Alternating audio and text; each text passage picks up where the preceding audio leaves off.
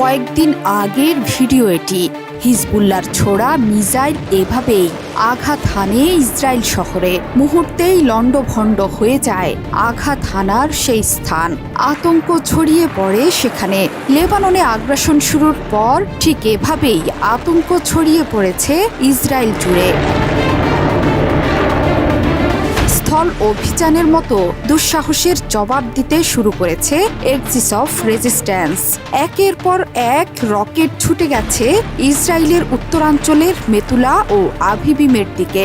এই রকেটগুলো লেবানন থেকে ছোড়া হয়েছে বলে জানিয়েছে আইডিএফ।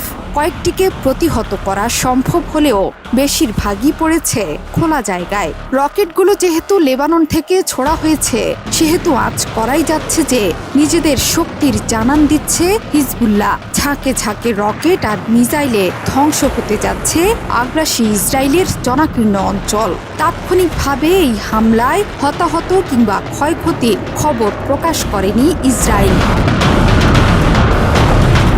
ইসরায়েলের মধ্যাঞ্চলেও রকেট এবং মিসাইল হামলা চালিয়েছে হিজবুল্লাহ।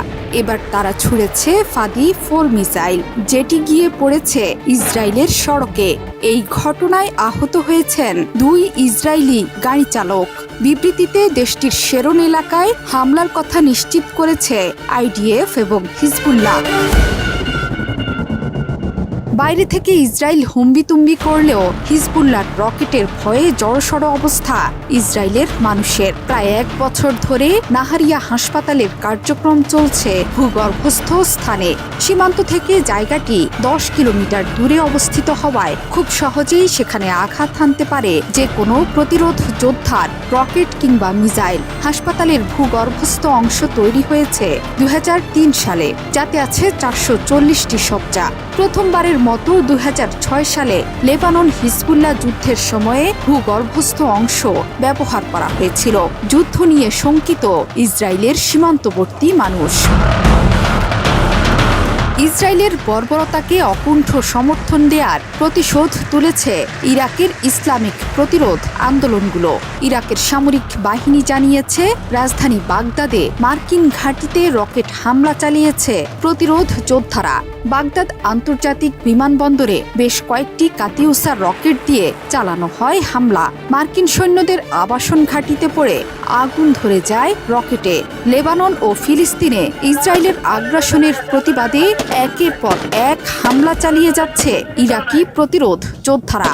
যতদিন পর্যন্ত না এসব হামলা চালানো হবে, ততদিন পর্যন্ত ইরাকের এই আগ্রাসন চলবে বলে প্রত্যয় ব্যক্ত করেছে প্রতিরোধ যোদ্ধারা। ইরাকের পাশাপাশি সিরিয়ায় মার্কিন সামরিক ঘাঁটিতেও হামলা চালাচ্ছে ইরাকের প্রতিরোধ যোদ্ধারা। সোমবারও দেশটির প্রতিরোধ যোদ্ধারা বলেছিল, ফিলিস্তিনে ইসরায়েলের দখল করা লক্ষ্যবস্তুতে আঘাত হেনেছে তারা। ইরাকের প্রতিরোধ যোদ্ধাদের পাশাপাশি হিজবুল্লাহর পাশে মধ্যপ্রাচ্যের সবচেয়ে বড় শক্তি ইরানের বিপ্লবী গার্ড বাহিনী, ইয়েমেনের হুতি, সিরিয়ার যোদ্ধা আর হামাস। মিসাইল নিয়ে প্রস্তুত আছে এসব প্রতিরোধ বাহিনী। যে কোনো সময়ে একযোগে হামলা শুরু হতে পারে, যা ইসরায়েলি বাহিনীর কল্পনার অতীত। জোহরা চৌধুরী সেতু, 71।